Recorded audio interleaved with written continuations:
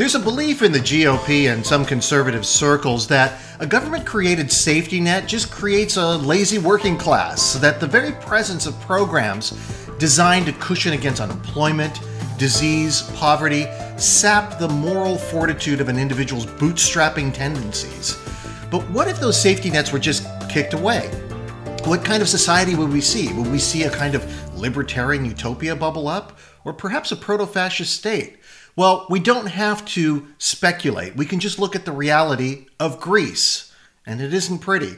With me on Truthout, interviews to discuss her article, Neoliberalism as Social Necrophilia, The Case of Greece, that was published on Truthout, is Panayota Gounari. She's an associate professor of applied linguistics at the University of Massachusetts in Boston.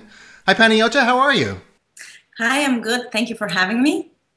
Thanks for being here. So my first question really is, it's very simple. How bad is it in Greece? How much have these austerity programs in the country affected the people there? Things are really bad. Actually, just last night, a UNICEF report was released. And I know in my article I mentioned that children living in the threshold of poverty are 450,000. Well, the new report, as of last night, they're actually 686,000, just from 2011. And this is just, a number that shifted just now. So, I mean, the situation is a humanitarian crisis. And you just published this article a couple of weeks ago, and as of this recording. And so just in that small space of time, it's just gotten much worse. Unemployment is over 30%. I know official accounts bring it to 30%, but it's much more than that. And unemployment among young people is over 60%. As I'm mentioning in my article, there are 300,000 people without electricity in Athens. I mean, we're not talking about a developing country. We're talking about a member state of the European Union. We like to say it's the cradle of democracy. This is where a lot of Western philosophy comes out. A lot of the ideas that frame the countries that I live in the United States. You live here now in the United States, but Europe, the United States, Canada. You look at Greece, and now they are just in such dire straits. It's heartbreaking, and it's just shocking, really. Yes, it is shocking, but I think we have to look at the causes of the problem, and because what's happening in Greece, I think, is an implementation of an experiment that started many years ago in Chile, and which was the first known experiment of neoliberalism. And I think what we see right now is an application of this experiment, but really taking it to the extremes. Well, let's talk a little bit about neoliberalism.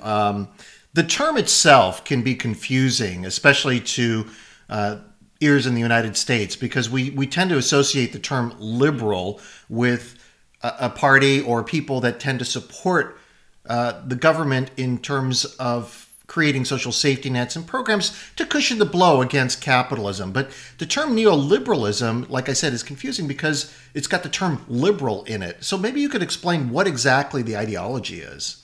Well, neoliberalism is an economical theory, okay? And neoliberalism is an expression of capitalism. So we're not really talking about very different things. We're talking about a particular expression of capitalism. And neoliberalism, as I mentioned earlier to you, started in Chile, where the so-called Chicago boys, those were the people working around Milton Friedman, who was then teaching at the University of Chicago, were invited to restructure the Chilean economy. And I just want to remind you that this happened after a coup d'etat, okay, that overthrew the democratically elected Salvador Allende government and established a dictatorship. So we're talking in the 70s at this point. Then. Actually, it was September 11th, 1973. They called it the small September 11th.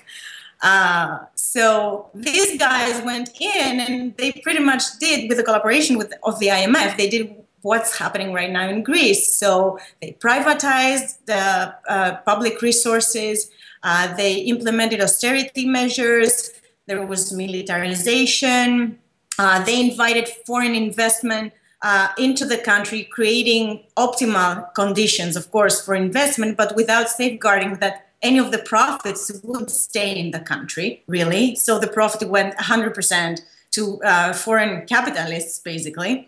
And there was an initial success, but it was short-lived because the country went into major recession after that. And the same happened in most of Latin America when similar things happened. So this particular economic doctrine really puts at the center what they call the freedom to choose. So you're free to choose, you're free to be an entrepreneur. They assume that market is going to be self-regulated in some magical way because the state should only have policing or surveillance functions, and the state should also be there as an auxiliary to help create a positive climate for entrepreneurship. So they're really advocating for minimal government, which also means shrinking the welfare and social functions of the state. You see, this reminds me of what corporations do. They tend to cut their way to profitability at times because they always, especially if they're a publicly traded company, they like to say they're beholden to the shareholders. So when their quarterly statements come out and things are looking a little too much on the expense side, they tend to want to cut, especially labor, have people contribute more to their benefits, salary reductions, or just layoffs in general. But governments aren't corporations. They have a wholly different function. They fall outside the realm of capitalism for the most part when we're talking about, say, here in the United States. Certainly, corporations and government do work hand in hand and sometimes a little too closely. But the function of government in society is a different function than corporations. But it seems like what you were talking about in Chile and now in Greece, and certainly that has become the trend over the last 30, 40 years, is to treat government like a corporation, that you can cut your way to a balanced budget, that is. Yes, and I think that this is a scary thing because states are now called to function as corporations, but states have social and welfare functions. They're responsible for providing free healthcare, education, work for everybody, public transportation. So basically, this public sphere that is so vital and so necessary to end in democracy. Also, what is interesting, at least to me as a linguist, in terms of the state working as a corporation, is the rhetoric around the state and what the state can do. So we hear a lot terms like efficiency, how to make the state efficient, how to balance the budget. Also, the success story that is... it's the catchphrase, at least in the Greek situation right now.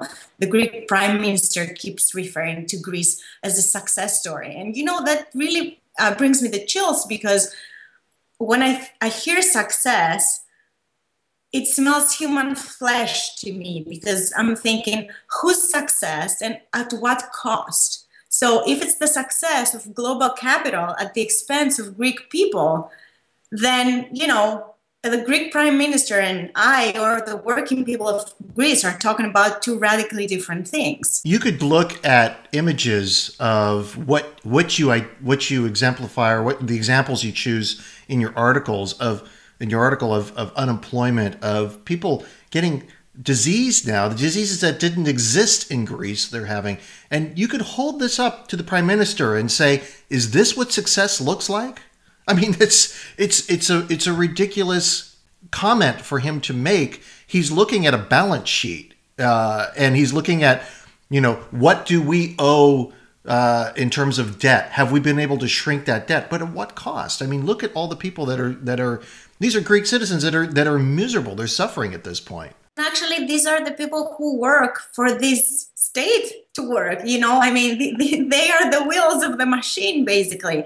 And, as you were talking, I was thinking that it's interesting. We could be talking about numbers for days here. You can show me the state budget and we can be talking about where to cut and, how to save money. But in my book, any theory that doesn't put at its core human beings, so any theory that doesn't include the human consequences, is a bad theory. So we can be talking about numbers as much as we want.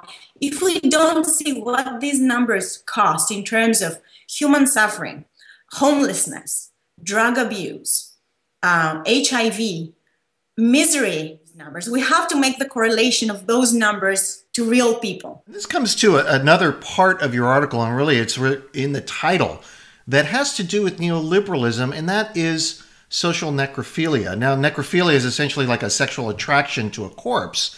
So what you just laid out in terms of the misery within in Greece right now, and the prime minister saying this is a success, to me sounds like a textbook case of necrophilia. He is attracted to the misery of people. It's almost like the society is dying, yet he's excited about this. Yes, and I think that's why the term necrophilia, as strong as it sounds, is a very interesting, it creates a very interesting metaphor. And I of course, I have to acknowledge, and I acknowledge this in my article, that my inspiration was Erich Fromm's work.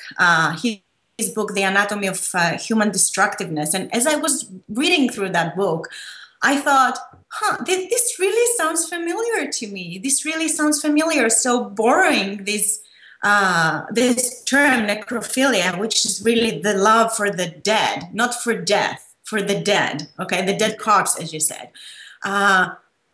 It really reminded me, it resonated with what's happening right now in Greece. So in Greece, we do have a necrophilus situation. Why? Because, first of all, this necrophilia is illustrated in the rise of fascism, authoritarianism, and militarization. And Fromm makes this connection actually in his own work. He says, fascists are really necrophilous people. They are necrophilic because they love death, and they use death in order to achieve what they want. They use violence. They don't have any other means to achieve their goals. So this is one layer, the rise of fascism, and we do see that in Greece a lot with the rise of the neo-Nazi party Golden Dawn and its connections actually to the official government. So this is one aspect that may be symbolic. But another aspect is a very real physical death and illness. So numbers really show a startling increase in suicides. I mean, they're 43% up. Some accounts talk about even 6,000 deaths since the beginning of the crisis. I think this is an incredible number. It's shocking. But then also, given that there are cuts made in public health care, people then cannot go to the hospitals. So their health is affected. They cannot get treatment. They cannot afford to pay for their medication. So there is an increasing number of people getting ill and not getting the treatment that they need. There's an increase in HIV cases. There is an increase in drug abuse, in mental health. And to me, all this makes up this necrophilus state, but social necrophilia. Now, it seems to me that what the Greek government is doing, of course, under the auspices of the IMF and the European Central Bank, is to try to have Greek people reconcile with this death, symbolic and physical. Here in the United States, neoliberalism is very much a part of the Republican point of view, and certainly some of the Democrats too here in this country. We have an election coming up in November, and the numbers seem to be trending towards the Republicans maintaining, if not increasing, their numbers in the House of Representatives and taking over the Senate completely. Now, things can change. We're a few months out of November, but if this does happen, if the Republicans do become the majority in both houses of Congress, and you still have President Obama holding over on the executive branch, it just seems like, especially with Paul Ryan's budget that has come out, we're just going to see more austerity measures being enacted. We are talking about a generalized crisis of capitalism, and the United States is part of it. I see two issues here. One is that in comparing Greece and the United States, we are talking about a country that's part of a monetary union, so we don't print our own money. So the United States, in that sense, is in a different situation. So austerity measures affect us here in a different way. But nevertheless, you're absolutely right. The Republican agenda is about cuts in the welfare and social functions of the state. And it seems to me that things are going to get worse. But at the same time, I don't think we have to wait and see these heightened, if you want, austerity measures when Republicans are going to be the majority, because we see them right now with the Obama administration. I mean, austerity measures, I think, have already cost the US economy close to 2 million jobs right now. And child poverty is very high. Income inequalities persist. And despite, I think, President Obama's rhetoric, the situation is not very good. And you do talk a lot about a crisis of capitalism, and I think we see it here in the United States in terms of the so-called economic recovery that after the Great Recession. Now, granted, this was a horrible, horrible recession. It affected the entire world in many ways, and it's interesting to see what happens after a recession, how capitalism reconfigures itself after this crisis. And what we're seeing now is people who want to work full-time, people who have the ability to work full-time, aren't able to get full-time work. Companies are looking to hire just-in-time employment, a lot of part-time, a lot of seasonal help, and there's just not that kind of growth that should be taking off within the economy. It's almost as if people who run companies have said, well, if this is the new normal, then this is actually pretty good for my bottom line to have this kind of, too bad for all the people that want to work, can work, are able to work, and can't seem to find jobs. But boy, if I can just keep a skeleton crew in terms of a very small group of full-timers and then surround myself with a lot of part-timers or fill-in people, well, then, hey, I'm going down easy street here. That labor is in a very vulnerable position because they are really disposable. So in a capitalist context, they become disposable people. They become human waste very often. And the same thing is happening right now in Greece. I mean, when we talk about 30% unemployment and going higher and higher, we are talking about a whole half of the country really living in the margins. And that's the sad part, but also the lesson that people need to take into consideration as they go to the voting booth in November, as they write their congresspeople, and as they stay engaged within politics and say that I'm informed. I know essentially when you talk about cuts and that we're going to try to cut our way to profitability, but yet on the other hand, that corporations seem to be getting quite a bit of a largesse in terms of government support, in terms of tax breaks or in terms of direct subsidies. Like, for example, there was a report on NPR that talked about how Walmart profits from the SNAP program, which is essentially food stamps. Yes, people receive food stamps, but they spend them somewhere, and Walmart is a huge recipient of that government largesse. So that becomes a transfer bit of wealth there. Well, this is interesting, though, what you mentioned, because talking about neoliberalism. So in neoliberalism, you want a small state, right? You want to shrink the state. Yet you need this largesse that you just mentioned, but only if it is to welfare the corporations, but not the people. I mean, part of the way in which Walmart makes its money is through the SNAP program. I mean, certainly they don't make the majority of their profits, but it's certainly part of, when they do their annual reports or even their quarterly reports, that factors in there. And there's a tremendous amount of money that can be made through these SNAP programs. And it's not just Walmart. I mean, I'm sure that Target, other retailers benefit from the SNAP program in similar ways. But I think Walmart is just the biggest example because more people shop there than they do at other places.